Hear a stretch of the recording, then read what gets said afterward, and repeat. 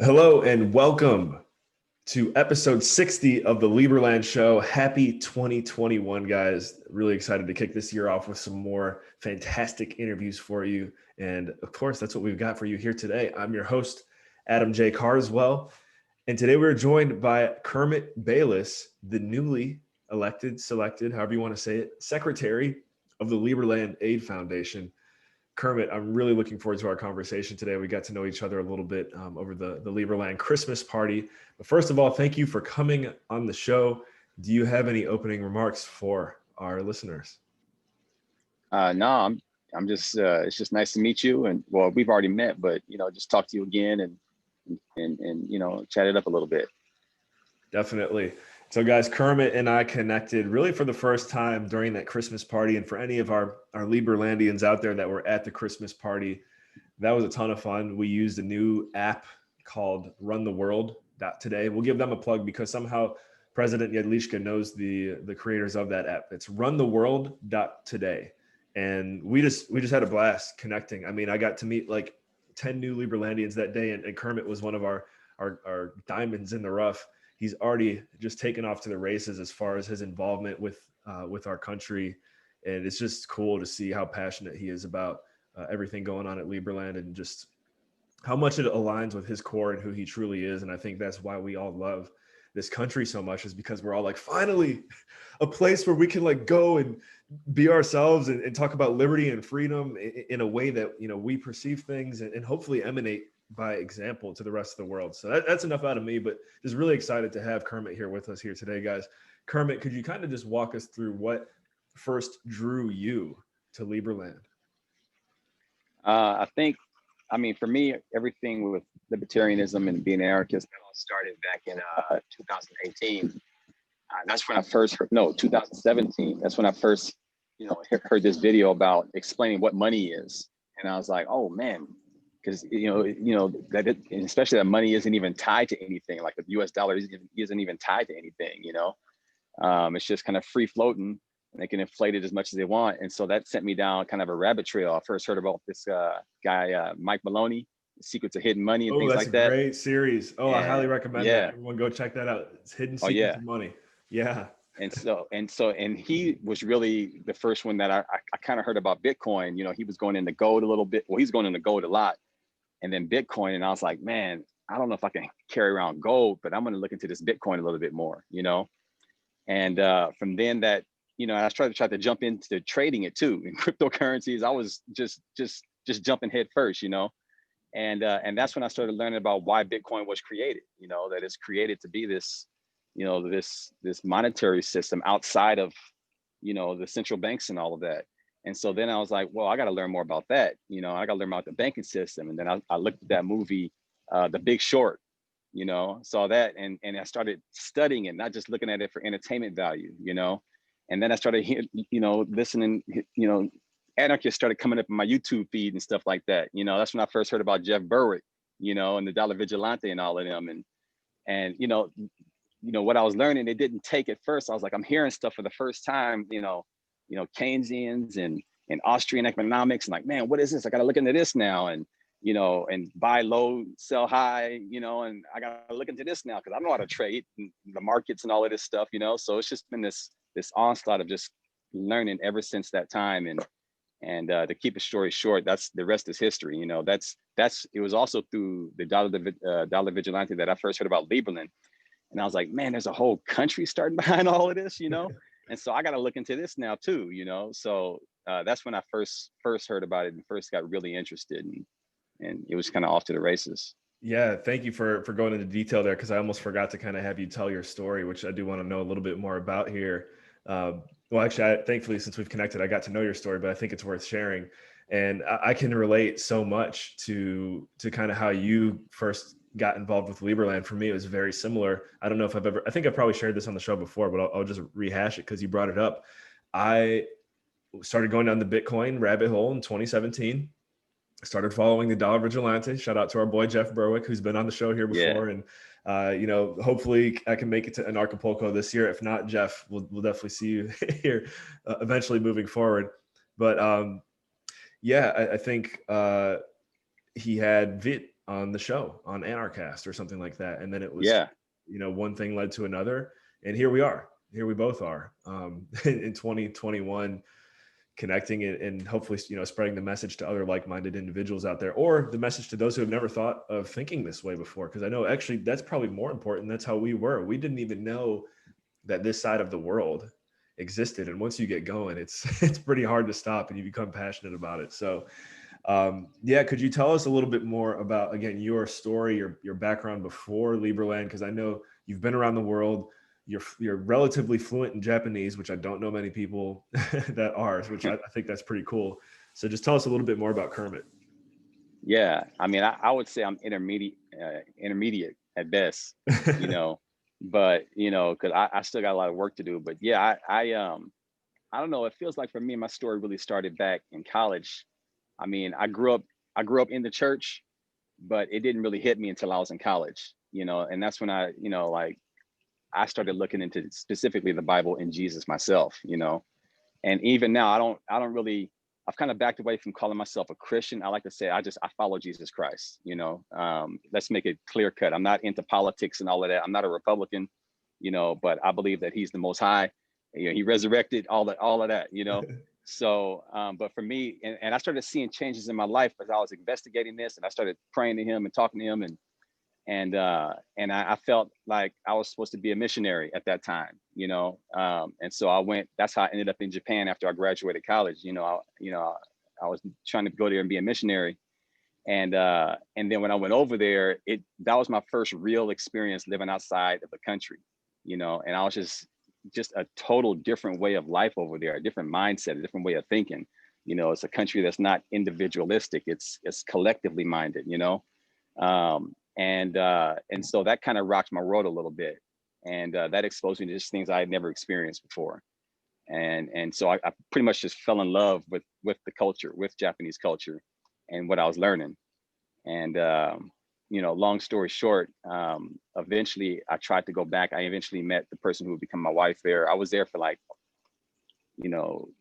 total of 6 years.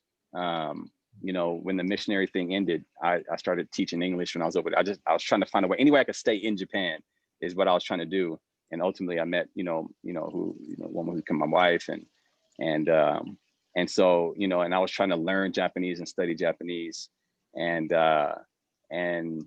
that's my experience, at least how I went overseas. And when I was overseas, I had a chance to visit Thailand a little bit, and Korea for a little bit, and get exposed to the world a little bit, things that I never had experienced before, So yeah, that's the quick background. Was there another question that you had in that? No, but I mean, I've got some follow-up to that. Thanks for the details. I mean, I've been to Japan once. It was for like a 10-day stretch, and I always tell people, it makes so much sense too. We see all of these, I don't know, I think of Roger Ver instantly, and I know there's a lot of other guys like Roger that live in Japan that have been like, this is the place. And when I visited Japan, the thing that when I came back and I told people, because I've been to, I don't know, maybe somewhere between 10 to 15 countries. And if I had to start my life over from scratch, no friends, no family, just pick one random place in the world to start from scratch based on my experience there, it's like, I'm taking Japan. Japan is a place. Yeah. It's like there's a certain level of respect and discipline and responsibility that people are just kind of born into.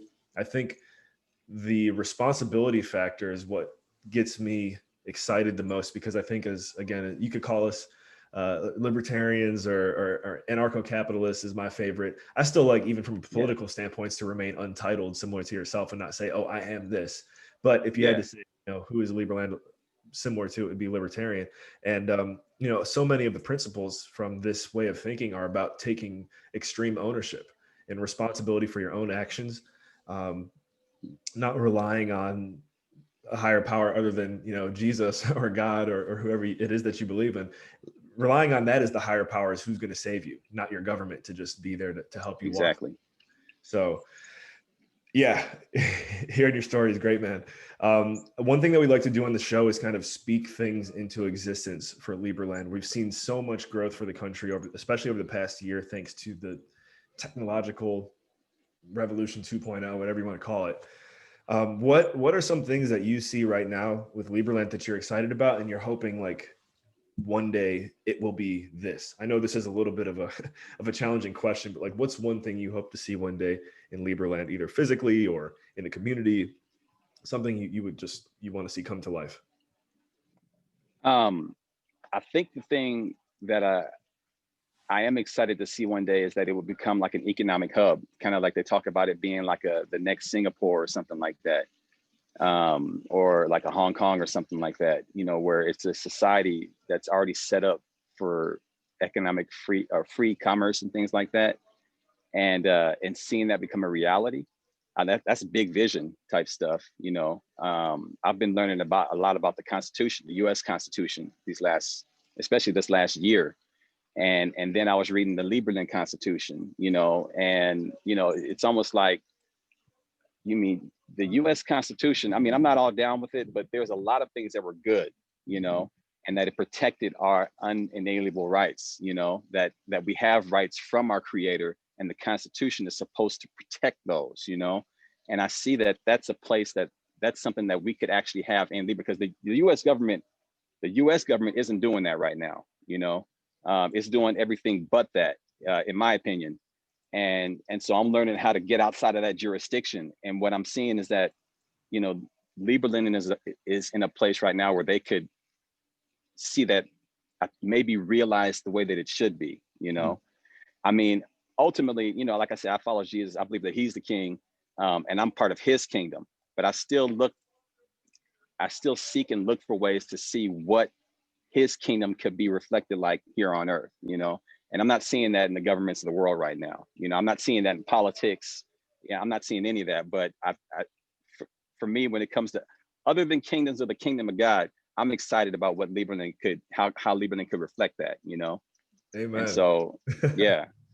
Amen. So, with that being said too, I almost forgot, we have to talk about your new promotion, if you will. The title of this episode is going to say Kermit Bayless, Secretary of the Liberland Aid Foundation. I know you're just getting Okay. just getting started, but that's a big deal. And I know, working with Joey, Yeah. who's been on the show many times, and what those guys are doing over there. I mean, the Liberland Aid Foundation, because of its approach to helping the world, is probably the most, I'm going to go ahead and say it, the most powerful diplomatic arm that we have to grow the message and recognition of Liberland. And you're now the secretary of this foundation. So kind of just real briefly walk us through your experience and what you're looking forward to there.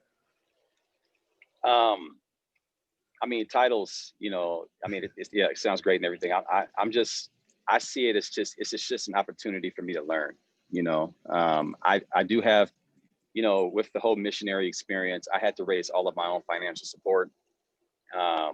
You know, I know what it's like to do that, you know, and so I thought, well, maybe, and I heard about the Liberland Aid Foundation through the Christmas party, and I was like, man, that's a great way to really, you know, not only help people, but say, hey, this is connected to Liberland. This is what we do. This is what we're about.